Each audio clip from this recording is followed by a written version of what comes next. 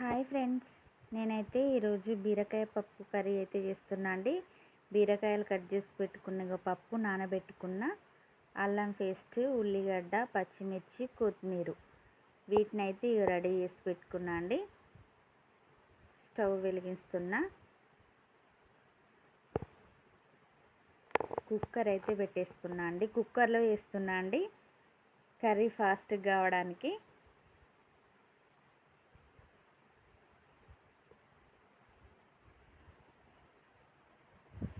Oil అయితే వేసేసుకున్నా అండి కర్రీకి తగినంత.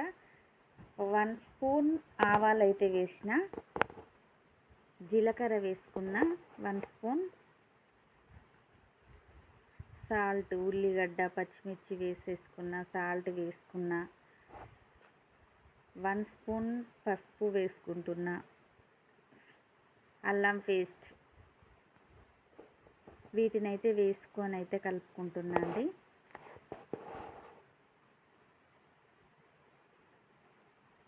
చూడండి ఎలా అయిపోయిందో.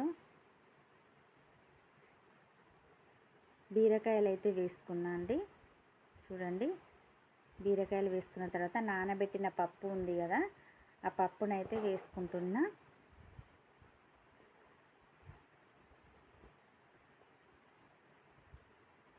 నానబెట్టిన పప్పు కూడా ఇందులో వేసేసుకుంటున్నా అండి.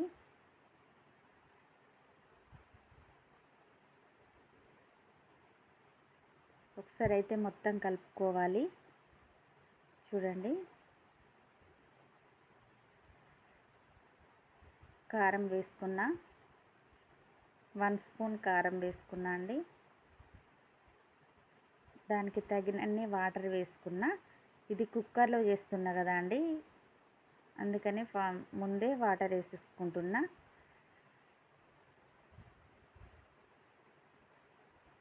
మొత్తం మంచిగా కలుపుకోవాలి. ఇలా కలుపుకుంటున్నా.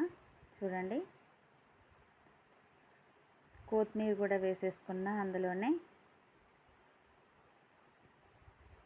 కొత్తిమీర కలిసేంతవరకు అయితే కలుపుకోవాలి. ఇప్పుడు కుక్కర్ క్యాప్ అయితే పెట్టేసుకుందాం. పప్పు అయితే ఉడుకుతుంది.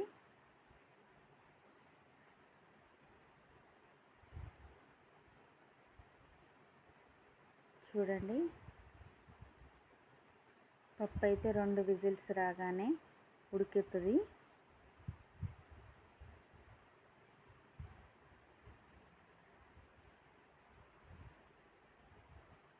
ఆవిరిపోవడానికైతే ఇలా స్పూన్ తోటి అయితే పైకి అన్నానండి విజిల్ని.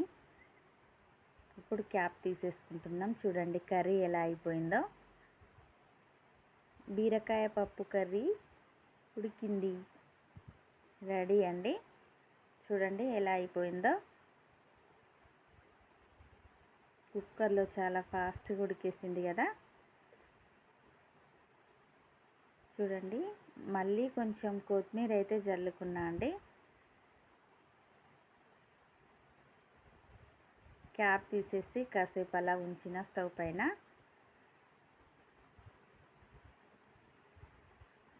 చూడండి కర్రీ ఎలా అయిపోయిందో.